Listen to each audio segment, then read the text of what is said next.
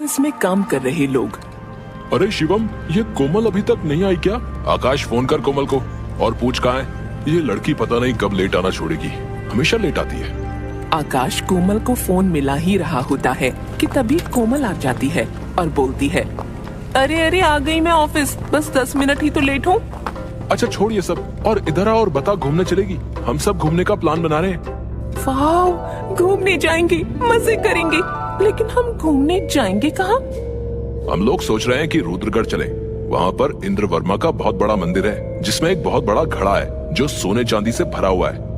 लेकिन मैंने तो सुना है वहाँ उस मंदिर में जो जाता है वो जिंदा वापस कभी नहीं आता।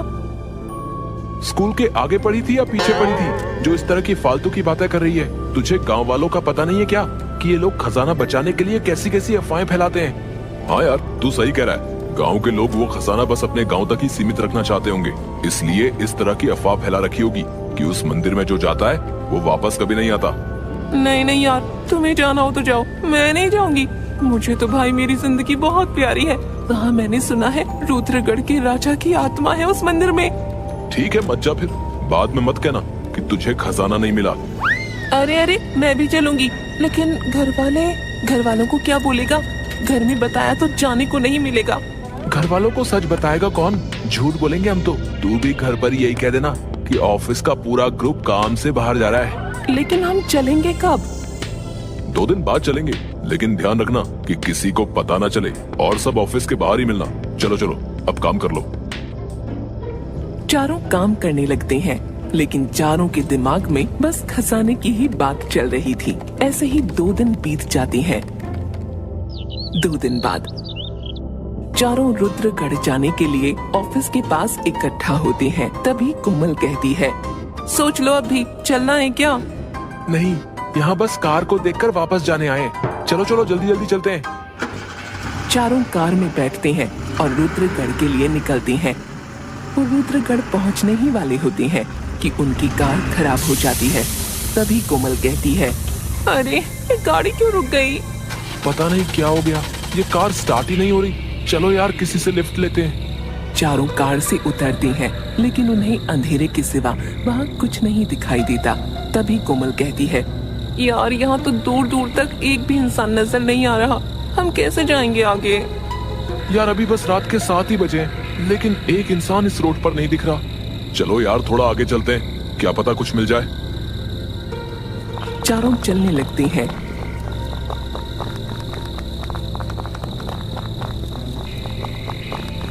तभी उन्हें एक गाड़ी दिखाई देती है।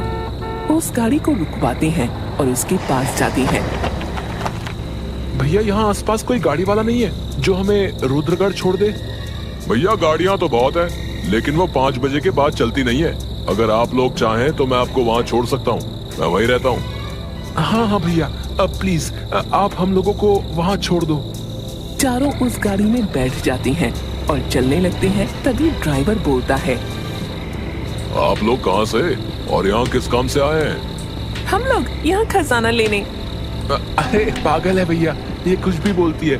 हम तो यहाँ घूमने आए हैं। अच्छा घूमने आए हैं तो ठीक है, लेकिन अगर खजाना लेने के मकसद से आए हैं तो ये गलती मत करना, क्योंकि जो भी उस मंदिर में गया है वो कभी भी वापस नहीं आया है। लेकिन ऐसा उस मंदिर में क्या है जो लोगों को वापस नहीं आने देता? मुझे मेरे दादा ने बताया था कि रुद्रगढ़ का राजा दुष्यंत एक बहुत ही लालची इंसान था। उनके पास बहुत धन था, लेकिन फिर भी वो मंदिर में छुपे खजाने को हासिल करना चाहते थे। एक दिन रुद्रगढ़ में बहुत बारिश हो रही थी और बारिश का फायदा उठाकर राजा मंदिर में गए और मंदिर के अंदर बने घड़े का सारा सोना निकालने लगे, जिसे देख भगवान इंद्र वर्मा को बहुत गुस्सा आया और उन्होंने राजा को श्राप दिया कि तुम्हारी आत्मा अब हमेशा इस मंदिर में भटकेगी और अब तुम जिस खजाने को चुराने आए थे उसी खजाने की रक्षा करोगे, और जो भी मनुष्य इस मंदिर में खजाना लेने के इरादे से आएगा तुम उसे उसकी गलती की सजा दोगे। इसलिए जब भी कोई इस मंदिर में जाता है वो कभी जिंदा वापस नहीं आता। चलिए अब आप लोगों की मंजिल आ गई, अब मैं चलता हूँ। चारों उतरते हैं और वो ड्राइवर वहाँ से चला जाता है। तभी कोमल बोलती है, यार हम घर वापस चलते हैं, हमने घर पर भी तो किसी को कुछ नहीं बताया है। चलना यार, तू भी किन की बातों में आ रही है? चल यार कहीं रहने की जगह ढूंढते हैं। वो सब चलने लगते हैं। और चलते चलते उन्हें एक होटल मिलता है जहाँ वो रुककर आराम करते हैं। अगले दिन चारों सुबह उठते हैं और गांव में घूमने निकल जाते हैं। घूमते घूमते शाम हो जाती है। तभी आकाश बोलता है, भाई कब चलेंगे मंदिर? अब तो शाम होने वाली है। मंदिर ही जा रहे हैं, बस पहुंचने वाले, तुम लोग जल्दी जल्दी चलो। चलते चलते वो लोग मंदिर के पास पहुंच जाते हैं और मंदिर पहुंचने के बाद वो देखते हैं कि पुजारी मंदिर के गेट को ताला लगा रहा है। तभी जतिन कहता है, अरे पंडित जी, आप ताला क्यों लगा रहे हैं? अभी तो बस 5 ही बजे हैं। गांव में नए आए हो क्या? पता नहीं है 5 बजे के बाद ये मंदिर बंद हो जाता है और इस मंदिर में कोई नहीं जाता है। चलो चलो जाओ यहाँ से। इतना कहकर पंडित जी वहाँ से निकल जाते हैं और पंडित जी के जाते ही जतिन मंदिर का ताला तोड़ने लगता है, जिसे देख कोमल बोलती है, अरे अरे क्या कर रहे हो तुम? अरे अब मंदिर का ताला तोड़े बिना तो अंदर जाएंगे नहीं। हाँ भाई, जल्दी तोड़ ताला, अंदर जाते हैं। रुक, मैं भी तेरी मदद करता हूँ। शिवम पास पड़े पत्थर को उठाता है और दोनों थोड़ी ही देर में मंदिर का ताला तोड़ देते हैं और अंदर जाने लगते हैं। लेकिन जैसे ही वो मंदिर की सीढ़ियों पर पहुंचते हैं, बहुत तेज हवा का झोंका आता है और उन सबको हिलाकर रख देता है। तभी कोमल कहती है, ये अचानक मौसम को क्या हो गया? चलो ना यार, वापस चलते हैं, मुझे बहुत डर लग रहा है। तुझे चलना है तो चल, नहीं चलना तो मत चल, लेकिन हम तीनों तो जाएंगे। ठीक है, मैं जा रही हूँ, तुम लोग जाओ, मुझे अपनी जिंदगी बहुत प्यारी है। ठीक है, जा तू डरपोक। तुम लोग भी चलो ना यार, ज्यादा लालच में मत पड़ो। जा यार तू, हम लोग जा रहे हैं मंदिर में। ये सुनकर कोमल वहाँ से भागते भागते होटल पहुँच जाती है और वो लोग मंदिर का दूसरा गेट खोलकर अंदर घुसते हैं। वैसे ही वो गेट बंद हो जाता है। तभी आकाश बोलता है, अरे भाई ये गेट कैसे बंद हो गया? अरे यार, हवा इतनी तेज चल रही है, बंद हो गया होगा। चल अब आगे चल। वो जैसे ही थोड़ा आगे बढ़ते हैं, उन्हें इंद्र वर्मा की मूर्ति दिखाई देती है और जंजीरों से जकड़ा वो घड़ा दिखाई देता है जिसमें बहुत सारे सोने के सिक्के होते हैं। वो तीनों भागते हुए वहाँ जाते हैं और सोने को देखने लगते हैं। तभी जतिन कहता है, अरे यार, देख कितना सोना है भाई, जिंदगी सेट है यार, अब तो कोई दिक्कत ही नहीं है। काश कोमल होती यहाँ। छोड़ भाई, वो तो चली गई। चल जल्दी जल्दी सोना लेते हैं और होटल चलते हैं। जैसे ही वो लोग सोने को हाथ लगाते हैं, वैसे ही मंदिर की लाइट बंद चालू होने लगती है। तभी जतिन अपना लाइटर निकालता है और जलाता है और देखता है कि उस खजाने के चारों तरफ बहुत सारे सांप हैं, जिन्हें देखकर वो लोग सांप सांप कहकर चिल्लाने लगते हैं और इधर उधर भागने लगते हैं। और जैसे जैसे वो भागते हैं, वैसे वैसे वहाँ बहुत सारे सांप और बिच्छू आ जाते हैं कि तभी वहाँ राजा दुष्यंत की आत्मा आती है और बोलती है, तुम लोग लालच की वजह से इस मंदिर में आए हो, अब तुम्हें इसकी सजा तो मिलेगी और तुम्हारी सजा बस मौत है। वो आत्मा आकाश शिवम पर हमला करती है और वो मारे जाते हैं।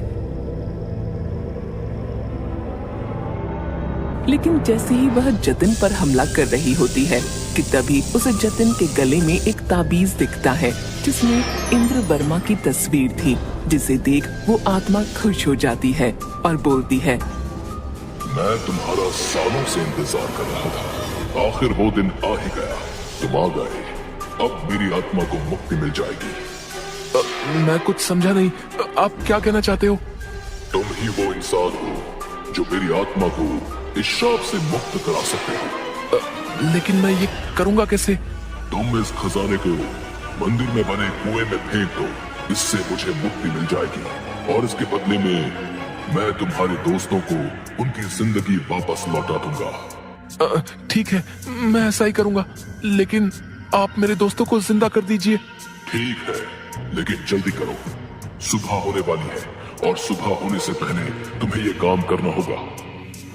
ये सुनकर जतिन उस घड़े को उठाने की कोशिश करता है, लेकिन वो उससे उठ नहीं पाता। तभी वहाँ उसे एक रस्सी दिखाई देती है। वो रस्सी को उस घड़े में बांधता है और घसीटते हुए कुएं के पास ले जाता है और कुएं में डाल देता है, जिससे उस आत्मा को मुक्ति मिल जाती है और वो आत्मा जाते जाते शिवम और आकाश को जिंदा कर देती है।